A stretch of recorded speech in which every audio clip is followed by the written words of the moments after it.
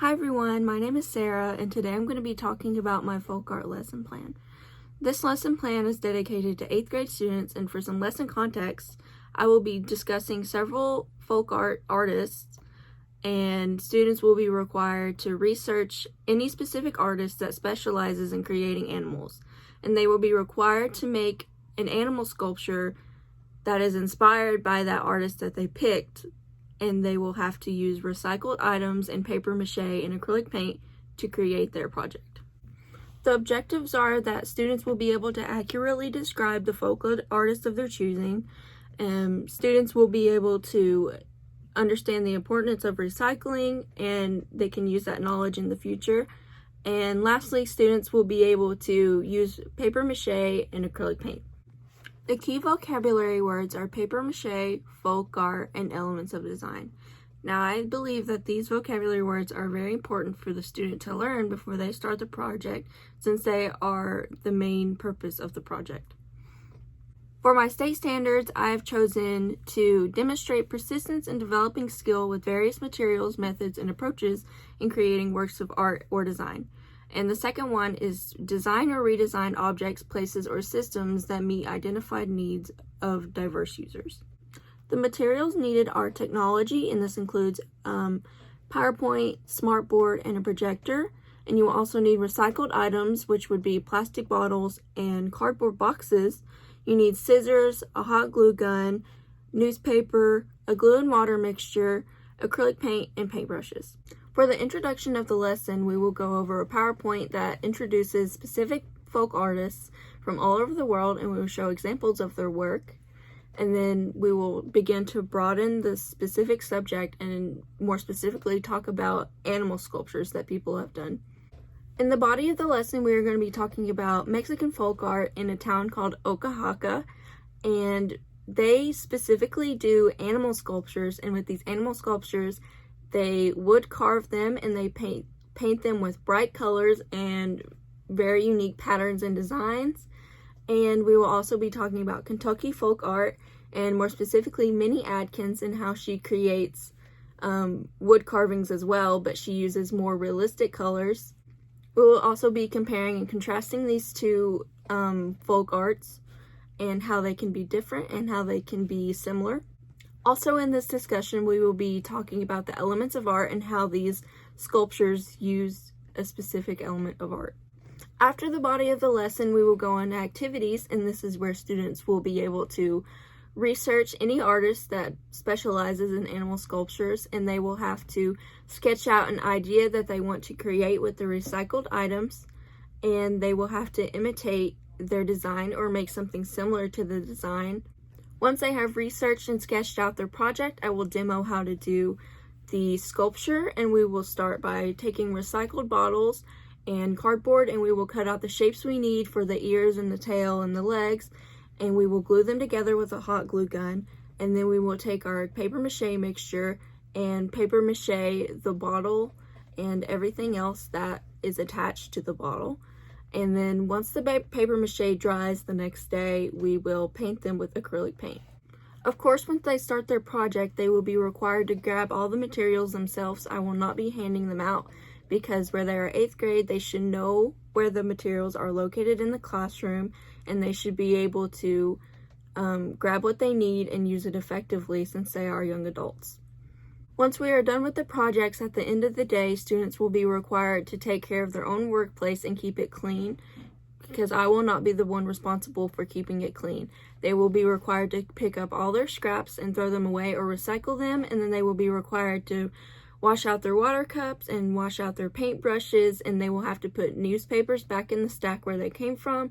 They will put their hot glue guns where they are located. Students will also be required to wipe down the table and make sure that there is no residue left behind.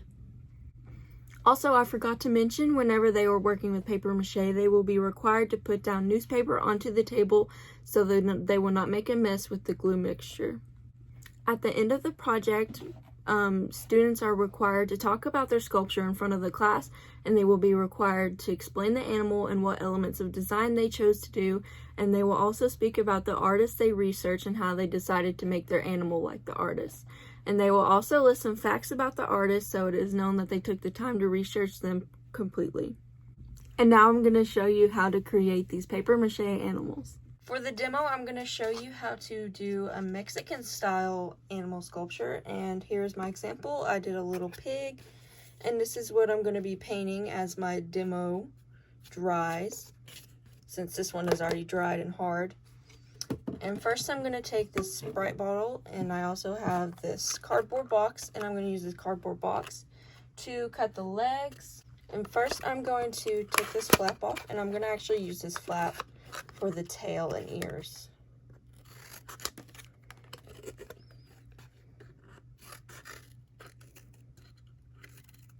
Oh, there we go. Okay, once we have that, we can cut this in half, and these are going to be our legs.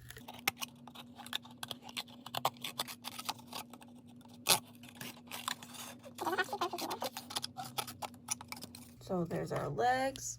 So we're going to take the flap and we're going to cut it into triangles for the ears. And they don't have to be perfect. And here's another ear. So here's our 2 ears. Here are 2 ears, and we have our tail and our legs. Now we're going to take our bottle and we're going to figure out where we want to put the legs. I think I'm going to do it like right here. Now I don't have a Sharpie on me, but I would outline a square for where the leg is located, but I'm just gonna eyeball. So I cut the squares out for my legs, and I'm gonna make sure they're even so it stands up properly. There we go. And I'm gonna take my hot glue gun and I'm just gonna glue around the edges so that it stays in place. Now I'm going to glue on the tail, and I want it to stick out a little bit like this. So I'm just gonna put a line right here, and I'm gonna stick it on. And now I'm gonna glue on the ears, and I'm gonna take these triangles that I made, and I'm gonna figure out where his ears need to be located, which should be around right here. I'm just gonna do one line here, stick it on, another line here, and if I can grab it, stick it on. Alright, now that my glue is dry, I'm going to take my glue and water mixture, and if I were in a classroom, I would make a large batch of this and give it to students in a paper bowl or something disposable so they don't have an excess amount, which they will not need. And I also have my strips of magazine right here, and let me demonstrate how to do this. So what you're going to do is take a strip, and you want to dip it into the mixture, and you're going to squeegee it with your fingers like this. I'm just going to wipe the excess off on the bowl, and then you just want to stick it right onto the bottle, just like that. Now when you get to a tough spot like the tail or the ears or something, you can just go around it like this. Once your paper mache is all dried, it should look like this, without the yellow of course, but if you are using newspaper, you're going to have a base coat to cover up all of the wording and stuff on the newspaper, but I just painted this yellow since we are doing a Mexican-inspired animal statue. And since they are brightly colored, I have my paints right here, and I just have an array of colors, and I'm going to use the elements of art, which will be line and space and movement, and we are just going to create a design onto the pig. And first I'm going to do little polka dots just around the neck, and I might want to use this color somewhere else. Maybe I can do like a wavy line down here like this. Now, in all of the sculptures I've researched, they all have little patterns of designs. I'm going to take the orange. I think I'm going to do like a triangle.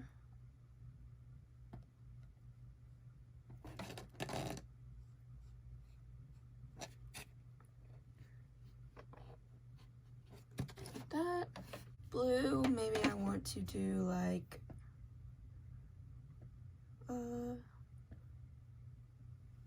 this. I'm going to do lines with the blue. I'll do something crazy back here.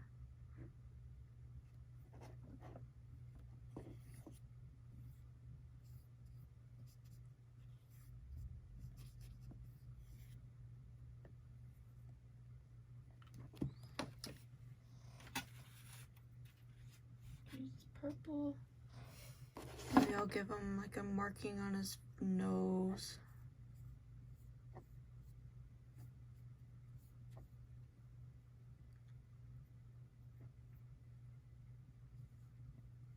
Now, while I'm doing this demo, I really want the students to be engaged, and I want their creativity to be inspired, especially when they're researching. You know, all of these sculptures have different designs and patterns, and you know, you just want them to get out of their comfort zone and be able to paint something really fun and exciting, bright and colorful, or they can go the realistic route and do something like Minnie Atkins does whenever she paints her animals.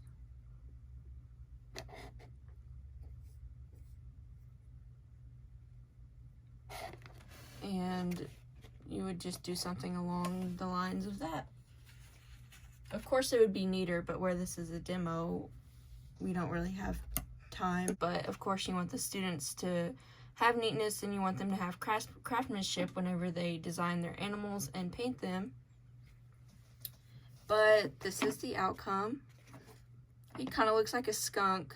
Thank you for watching my lesson plan, and I hope you guys have a really good day.